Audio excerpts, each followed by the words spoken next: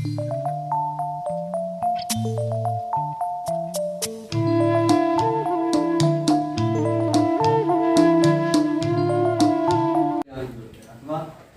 ಅಲ್ಲಿ ನಮ್ಮ ಕನ್ನಡಿಗರು ಅಥವಾ ನಮ್ಮ ಭಾರತೀಯರು ಯಾವ ರೀತಿ ವಾಸ ಮಾಡ್ತಾರೆ, ಅಲ್ಲಿ ಕನ್ನಡ ಮಾತಾಡ್ತಾರ, ಇಂಗ್ಲೀಷ್ ಮಾತಾಡ್ತಾರೋ, ಅಥವಾ ಅವ್ರ ಮನೇಲಿ ಕನ್ನಡ ಮಾತಾಡ್ತಾರೋ, ಅಥವಾ ಅವ್ರ ಶಾಲೆ ಯಾವ ರೀತಿ ಇರ್ಬೋದು, ಇಂತಹ ನೂರಾರು ಪ್ರಶ್ನೆಗಳು ನನ್ನಲ್ಲಿದ್ದಾವೆ, ನಿಮ್ಮಲ್ಲಿದ್ದಾವೆ ಅಲ್ವಾ. ಈಗ ಎಲ್ಲ ಪ್ರಶ್ನೆಗಳಿಗೆ ಉತ್ತರ ಕೊಡಬೇಕು ಅಂತೇಳಿ ಮತ್ತೆ ನಮ್ಮ ಶಾಲೆಗೆ ಚೀನಾ ದೇಶದ ಹಾಂಗ್ಕಾಂಗ್ನಲ್ಲಿ ಐ ಟಿ ಕಂಪ್ನಿಯಲ್ಲಿ ವರ್ಕ್ ಮಾಡಿ ನಮ್ಮ ಕನ್ನಡದ ಕಂಪನ್ನು ಅಲ್ಲೂ ಮೂಡಿಸಿರುವಂತಹ ಅಶ್ವಿನಿ ಮೇಡಮ್ ಅವರಿಗೆ ನಮ್ಮ ಶಾಲೆಯ ಪರವಾಗಿ ಹೃತ್ಪೂರ್ವಕ ಸ್ವಾಗತ. ಅದೇ ರೀತಿ ಈಗ ತಾನೇ 10th ಕಂಪ್ಲೀಟ್ ಮಾಡಿ, ನೀವು 10th ಓದ್ತಿದ್ದೀರಾ, ಅವ್ರು 10th ಕಂಪ್ಲೀಟ್ ಮಾಡಿದರೆ ಈಗ ಹಾಲಿಡೇಸ್ ಸಿಕ್ಕಂದ್ರೆ ರಜಾ ಇದೆ ಅವ್ರಿಗೆ. 11th ಹೋಗ್ಬೇಕಂದ್ರೆ ಫಸ್ಟ್ PUC ಹೋಗಬೇಕು, ಅಲ್ಲಿವರೆಗೂ ಈಗ ಹಾಲಿಡೇಸ್ ಇದ್ದಾವೆ. ಆ ರಜಾ ಅವಧಿಯಲ್ಲಿ ಭಾರತ ದೇಶದಲ್ಲಿ ಯಾವ ರೀತಿ ಶಾಲೆಗಳಿದ್ದಾವೆ, ಅಲ್ಲಿ ಮಕ್ಕಳು ಯಾವ ರೀತಿ ಇರ್ತಾರೆ, ನಾನು ಹೆಂಗೆ ಓದಿದ್ದೀನಿ ಅನ್ನೋದ್ರ ಬಗ್ಗೆ ನಿಮ್ಮೆಲ್ಲರ ಹತ್ರನೂ ಕೆಲವೊಂದು ಮಾಹಿತಿ ಹಂಚ್ಕೊಳ್ತಾರೆ ಸುಮುಖ ಅಂತೇಳಿ. ಅವ್ರಿಗೂ ಸಹ ನಮ್ಮೆಲ್ಲರ ಪರವಾಗಿ ಸ್ವಾಗತ ಬಯಸ್ತಾರೆ. ಅದೇ ರೀತಿ ಈ ಒಂದು ಕಾರ್ಯಕ್ರಮಕ್ಕೆ ಮುಖ್ಯ ಕಾರಣಗಳು ನೀವು SSLC ಮಕ್ಕಳು, ನೀವು ಸಹ ನಿಮ್ಮಲ್ಲಿರುವಂಥ ಪ್ರಶ್ನೆಗಳನ್ನ ಕೇಳ್ಬೋದು, ಅವರು ಅದಕ್ಕೆ ಉತ್ತರವನ್ನು ಕೊಡ್ತಾರೆ. ಇದು ಸಂವಾದ. ಹಾಗಾಗಿ ನಾವು ನೀವೆಲ್ಲ ಸೇರ್ಕೊಂಡು ಅಲ್ಲಿಯ ಕಲ್ಚರ್ ಫಾರ್ ಹೆಂಗಿರುತ್ತೆ, ಇಲ್ಲಿ ನಾವು ಹೆಂಗಿದ್ದೀವಿ, ಅಲ್ಲಿ ಕನ್ನಡ ಓದ್ಕೊಡ್ತಾರ, ಇಂಗ್ಲೀಷ್ ಹೇಳ್ತಾರ, ಮ್ಯಾಥ್ಸ್ ಪಾಠ ಮಾಡ್ತಾರ, ನೀವು ಸಹ ಅಂತ ಪ್ರಶ್ನೆ ಕೇಳ್ಬೋದು. ಈ ಒಂದು ಕಾರ್ಯಕ್ರಮ ಮೊದಲಿಗೆ ಒಂದು ಪಾಠ ಮೂಲಕ ಆರಂಭ ಮಾಡಿ. ಎಷ್ಟು ಬೇಕೆನ್ನ ಹೃದಯಕ್ಕೆ ರಾಮ, ನಿನ್ನಷ್ಟು ನೆಮ್ಮದಿಯು ಎಲ್ಲಿರುವುದೋ ರಾಮ. ರಾಮ ರಾಮ ರಾಮ ರಾಮ.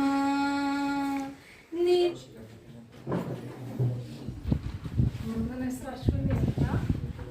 ನಾನು ಓದಿದ್ದು ಬೆಳೆದಿದ್ದು ಎಲ್ಲ ಬೆಂಗಳೂರಲ್ಲಿ. ನಮ್ಮ ಯಜಮಾನ್ರ ಊರು ಬಂದು ದಂಡಿನ ಕುರುಬ್ರಲ್ಲಿ, ಕೇಳಿದ್ದೀರಾ? ಸೊ ಅಲ್ಲಿ ನಮ್ಮ ಅತ್ತೆ ಮಾವ ಏನು ವಾಸ ಮಾಡ್ತಾ ಇಲ್ಲ, ಅವ್ರು ಬೆಂಗಳೂರಲ್ಲಿದ್ದಾರೆ. ಸೊ ನಾವು ಸುಮಾರು ವರ್ಷಗಳಿಂದ ರಜಕ್ಕೆ ಇಲ್ಲಿ ಬಂದು ಹೋಗ್ತಾ ಇದ್ವಿ. ದಂಡಿನ ಕುರುಬ್ರಟ್ಟಿ ಮತ್ತು ಚಿತ್ರದುರ್ಗದಲ್ಲಿ ಕೆಲವರು ನೆಂಟರಿದ್ದಾರೆ. ನಾವು ಸುಮಾರು 2010ನಿಂದ ಹಾಂಗ್ಕಾಂಗಲ್ಲಿದ್ದೀವಿ. ಇಬ್ಬರು ಮಕ್ಕಳು. ನನ್ನ ಮಗ ಈಗ 10th ಮುಗಿದಿದೆ, ಮಗಳು ಒಬ್ಬಳಿದ್ದಾರೆ, ಅವ್ಳು 2nd PUC ಮುಗಿದಿದೆ.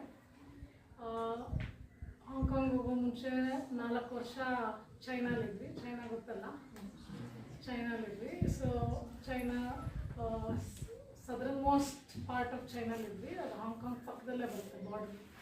ಸೊ 4 ವರ್ಷ ಅಲ್ಲಿದ್ವಿ. ಆಮೇಲೆ ಹಾಂಗ್ಕಾಂಗಿಗೆ ಶಿಫ್ಟ್ ಆದ್ವಿ. ಇಬ್ಬರು ಮಕ್ಕಳು ಅಲ್ಲೇ ಫುಲ್ ಎಜುಕೇಷನ್ ಎಲ್ಲ ಅಲ್ಲೇ ಆಗಿರೋದು. ಸೊ ಅದ್ರ ಮುಂಚೆ ಚೈನಾ UK ಲಂಡನಲ್ಲಿದ್ವಿ. ನಾನು ಓದಿದ್ದೆಲ್ಲ ಇಲ್ಲೇ ಫಸ್ಟು UK ಓದಿದ್ದು, ಅಲ್ಲೊಂದು 2 ವರ್ಷ ಆಯಿತು.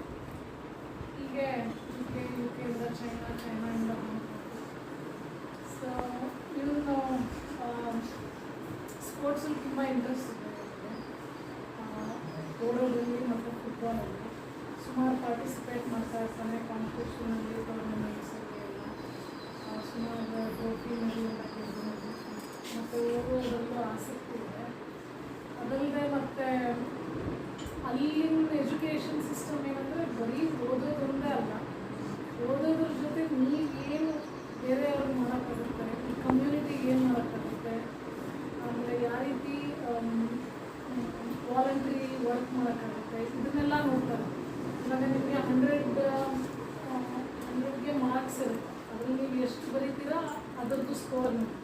ಅದು ಬಿಟ್ಟು ಇನ್ನೇನು ಸ್ಕೋರ್ ಇರೋಲ್ಲ ಅಲ್ಲಿ. ಹಂಗಲ್ಲ, ಇವಾಗ 6 ಸಬ್ಜೆಕ್ಟ್ಸ್ ಇದ್ದರೆ 600, 100 ಈ ಸಬ್ಜೆಕ್ಟ್ ಅಂದರೆ 600 ಟೋಟಲ್ ಸ್ಕೋರ್ ಇದೆ. ಅದರಲ್ಲಿ ಒಂದು 50 ಅಥವಾ 100 ನೀವು ಎಕ್ಸ್ಟ್ರಾ ಏನು ಮಾಡಿದ್ದೀರಾ, ಸ್ಪೋರ್ಟ್ಸಲ್ಲಿ ಏನಾದರೂ ಮಾಡಿದ್ದೀರಾ, ಅಥವಾ ಆರ್ಟಲ್ಲಿ ಏನಾದರೂ ಮಾಡಿದ್ದೀರಾ, ಅಥವಾ ವಾಲಂಟ್ರಿ ವರ್ಕ್ ಏನಾದರೂ ಮಾಡಿದ್ದೀರಾ, ಅಥವಾ ಕಮ್ಯುನಿಟಿಗೆ ಏನಾದರೂ ಸಹಾಯ ಮಾಡಿದ್ದೀರಾ, ಈ ಥರದ್ದು ಎಲ್ಲ ನೋಡ್ತಾರೆ. ಸೊ ಅದಕ್ಕೂ ಮತ್ತು ಮಾರ್ಕ್ಸ್ ಇರುತ್ತೆ. ಸೊ ಟೋಟಲ್ ಮಾರ್ಕ್ಸಲ್ಲಿ ಅದು ನೋಡ್ತಾರೆ. ಹಾಗಾಗಿ ಅಲ್ಲಿನ ಮಕ್ಕಳು ಸುಮಾರು ಕೆಲಸಗಳು ಮಾಡ್ತಾ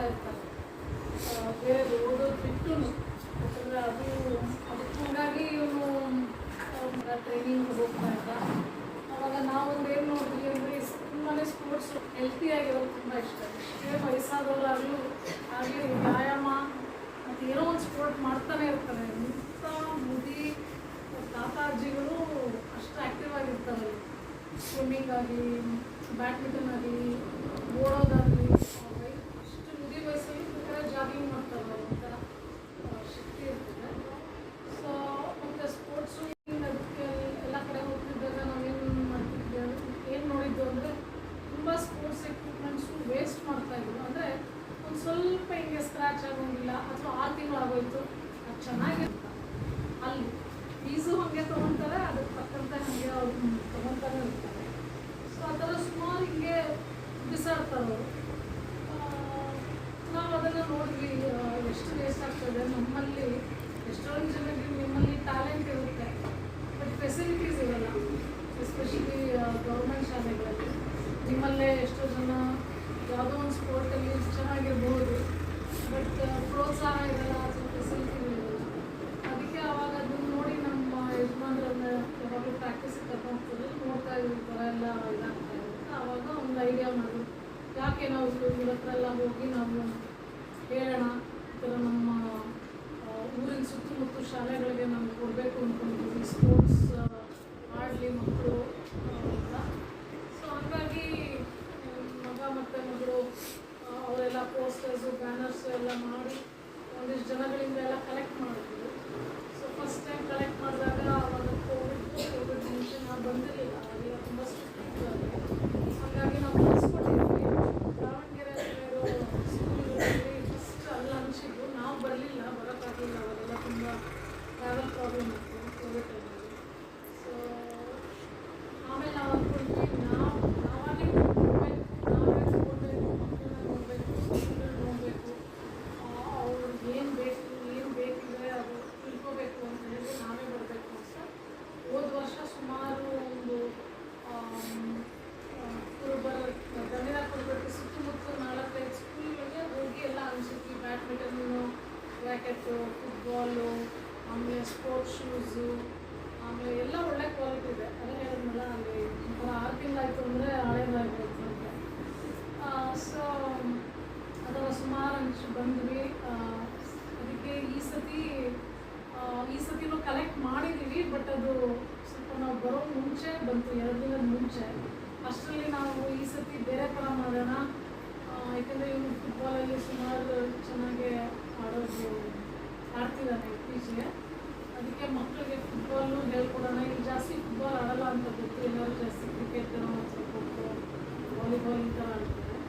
ಸೊ ಅದಕ್ಕೆ ಇವನು ಹೋಗಿ ಮಕ್ಕಳಿಗೆ ಶಾಲೆಗಳಿಗೆ ಹೋಗಿ ಫುಟ್ಬಾಲ್ ಕೊಟ್ಟು, ಅದಕ್ಕೆ ನಾವು ಹೊಸದು ತಂದಿದ್ದೀವಿ ಮಕ್ಕಳಿಗೆ ಫುಟ್ಬಾಲ್ ಕೊಟ್ಟು, ಮತ್ತು ಅವನು ಮಕ್ಕಳಿಗೆ ಹೇಳ್ಕೊಡೋಣ ಅಂತ ಈ ಸತಿ ಬಂದಿರೋದು.